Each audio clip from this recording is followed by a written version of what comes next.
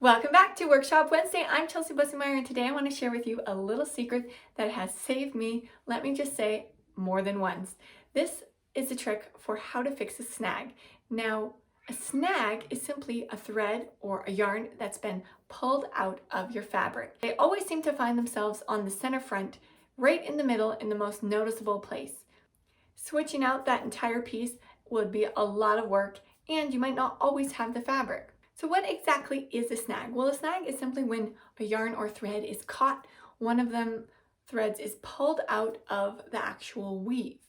Now, when a thread is pulled out all the way in that where the thread has been cut on the edge, wherever you've cut out your piece, and part of it has been pulled out, it's actually been pulled into the weave so that like the cut end of that thread is hanging in the middle of the garment.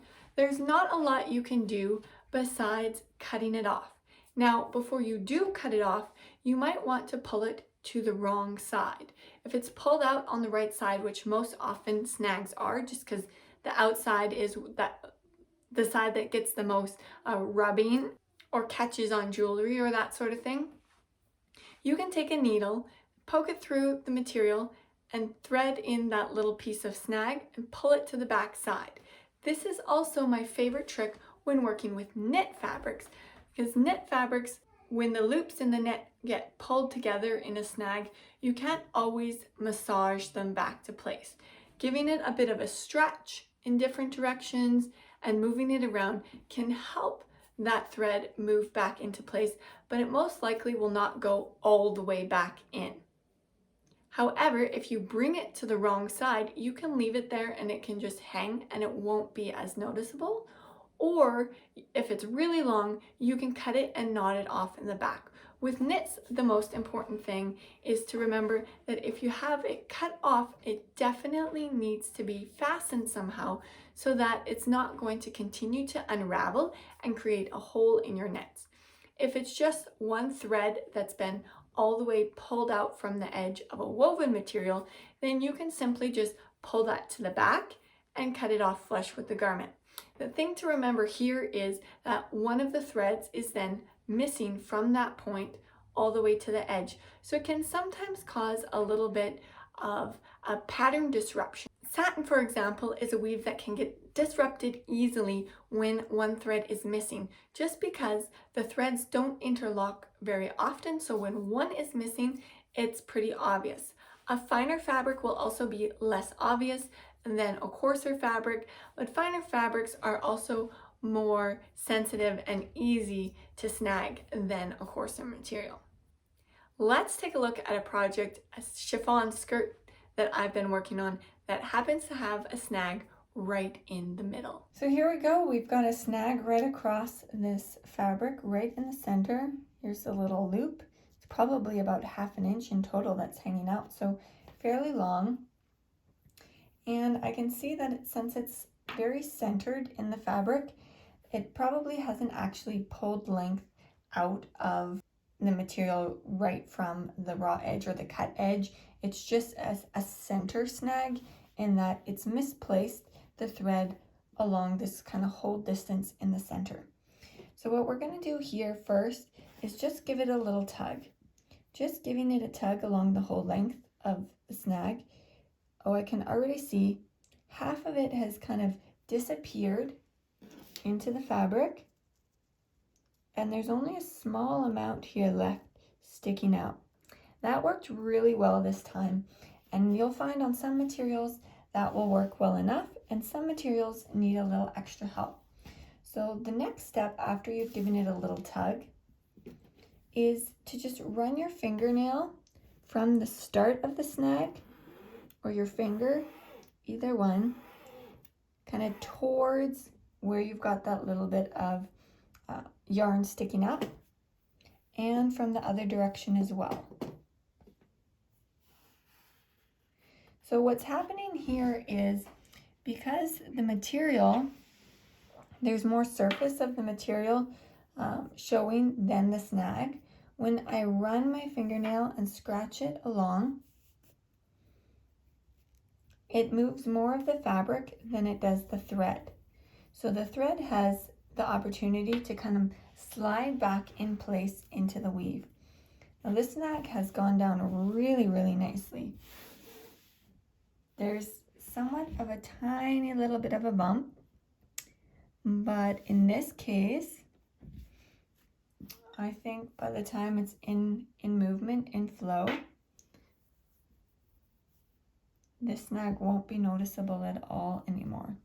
When I lay it here on top of itself, I can still see a tiny bit of a snag on this side, so I'm just going to give it a little bit of a scratch again to continue to just move that material over, all of the other threads in the weave over to that point of snag, and encourage, oh yeah, that did it. It's gone down now all the way flat. So sometimes you'll find even after you've scratched it that the fabric will be a little bit bumpy, and that can be caused just from just displacing some other threads slightly. So I like to give the fabric just a little bit of a tug across the grain, and in full length and in the other direction, and that just kind of helps the threads relax and go back to their original placement.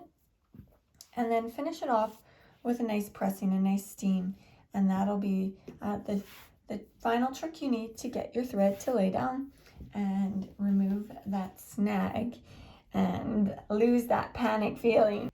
So once you have as much of the thread pulled back in place as you possibly can, take your needle and poke it in right at the location of the snag itself. Depending on how long of an extra tail you have of snag thread, you may not need to poke it in beforehand. This one's pretty long, so I might have been able to thread my needle and then poke it in, but sometimes they're quite short, so you'll need to kind of poke the needle in quite close to going through the fabric before you even thread it with that remaining snag. Now, it doesn't need to be threaded all the way through, so I'm just going to thread through enough that the needle will pull it through. Whoops, the needle, it unthreaded itself there. Oh, but it did pull through before it unthreaded, so I'm just going to continue to pull this thread through until it totally disappears from the top of the fabric. There we go. So now it is nice and flush on the top. We do still have that little bit of a see-through line where that thread is missing in the weave, but we're just gonna snip it off just with leaving a tiny little tail so it's not gonna catch. Just have a tiny little tail so it's not gonna catch, but it's also not gonna pop back through to the top side. And this type of repair isn't ideal because it's not 100% back to original, but it's a lot less noticeable than a snag, and it will keep your garment or your fabric intact so you can continue to wear it. There you go. I seriously cannot tell you enough how many times this little trick has saved me from remaking a project.